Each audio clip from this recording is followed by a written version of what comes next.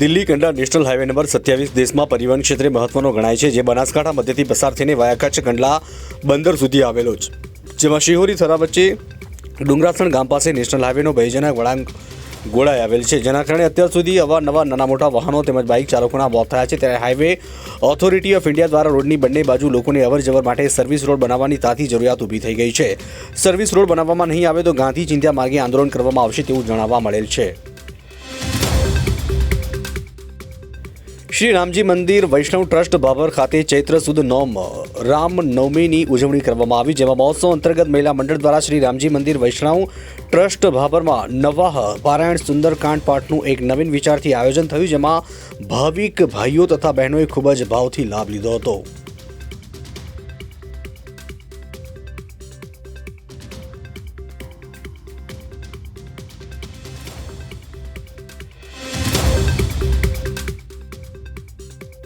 કાંકરેજ તાલુકાના થરા જલારામ મંદિર ખાતે રામનવમીની ધામધૂમપૂર્વક ઉજવણી કરવામાં આવી। આ ઉજવણીમાં રામ ભક્તો મોટી સંખ્યામાં જોડાયા અને નાચતા ગાતા ભગવાન શ્રી રામના જન્મજયંતિની ઉજવણી કરવામાં આવી। ઉજવણી બાદ સૌ ભક્તોએ ભોજન પ્રસાદનો લાભ લીધો હતો।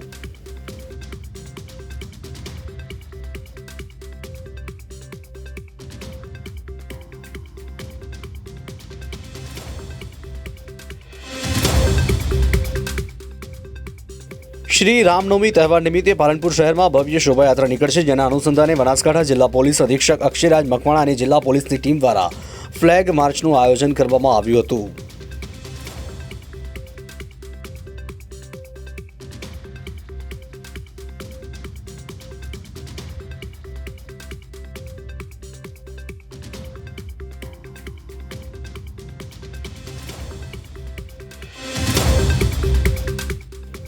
રેલવે તંત્ર દ્વારા જિલ્લા મથક માટે થનગની રહેલ અને બનાસ ડેરીના મુખ્ય શાખાની હરોહર નિર્માણ પામેલ બનાસ ડેરી, સેશન્સ કોર્ટ સહિતની જિલ્લા કક્ષાની અનેક કચેરીઓ ધરાવતા શાંત નગર દિયોદરની કરાયેલ ઉપેક્ષાના કારણે આ પંથકની પ્રજામાં ઘેરા પ્રત્યાઘાતો પડી રહ્યા છે। તાજેતરમાં રેલવે દ્વારા ભુજ દિલ્હી સરઈ રોહિલા ટ્રેન અઠવાડિયામાં 2 દિવસ શરૂ કરાઈ છે, છતાં પણ દિયોદર ટ્રેનનું સ્ટોપેજ ન અપાતા લોકોમાં અનેક તર્ક વિતર્ક થવા પામ્યા છે।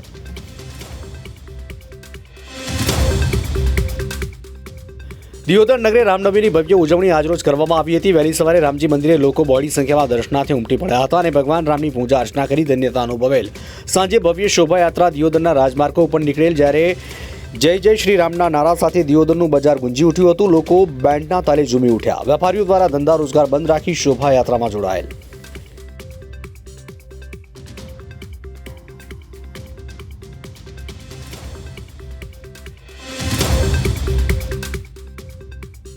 ધાનેરામાં રામનવમી નિમિત્તે આંતરરાષ્ટ્રીય હિન્દુ પરિષદ, રાષ્ટ્રીય બજરંગ દળ ધાનેરા દ્વારા ભવ્ય શોભાયાત્રા નીકળી।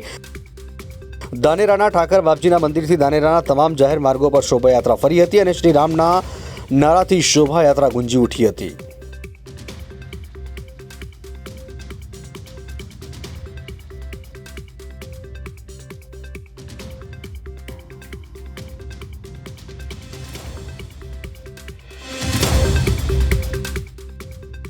બનાસકાંઠા જિલ્લામાં દરેક તાલુકા મથકો તેમજ વિવિધ સેન્ટરોમાં ભગવાન શ્રી રામ જયંતિની ભવ્ય ઉજવણી કરવામાં આવી, જેમાં પાલનપુર, ડીસા, થરા, બાબર, દિયોદર, દાંતીવાડા, નેનાવા વગેરે જગ્યાએ રામ ભક્તો દ્વારા શ્રી રામ જન્મ જયંતિની નિમિત્તે રથયાત્રા યોજાઈ।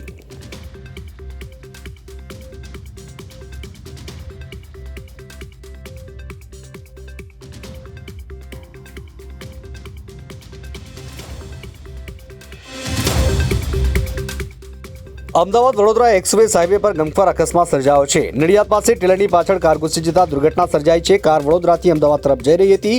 અકસ્માતમાં 10ના મોત થયા છે, જેમાં ઘટના સ્થળે 8 લોકો અને 2 લોકોના હોસ્પિટલમાં સારવાર દરમિયાન મોત થયા છે।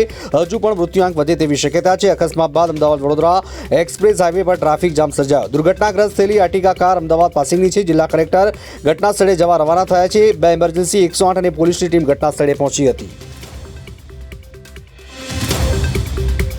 આજે દેશભરમાં રામનવમીનો પવિત્ર તહેવાર ઉજવવામાં આવી રહ્યો છે। આ તરફ હાલ અયોધ્યા રામ મંદિરમાં ભગવાન શ્રી રામની મૂર્તિની સૂર્ય તિલક કરવામાં આવ્યું। મહત્વનું છે કે આજે રામલલ્લાના દર્શન 19 કલાકથી વધુ ચાલશે। સાથે જ આજે સવારે 3:30 કલાકે મંદિરના કપાટ ખુલતા ભક્તોનો ધસારો જોવા મળી રહ્યો છે। આજે બપોરે 12 વાગે સૂર્યના કિરણો લગભગ 4 મિનિટ સુધી રામલલ્લાનું સૂર્ય તિલક કરવામાં આવ્યું છે।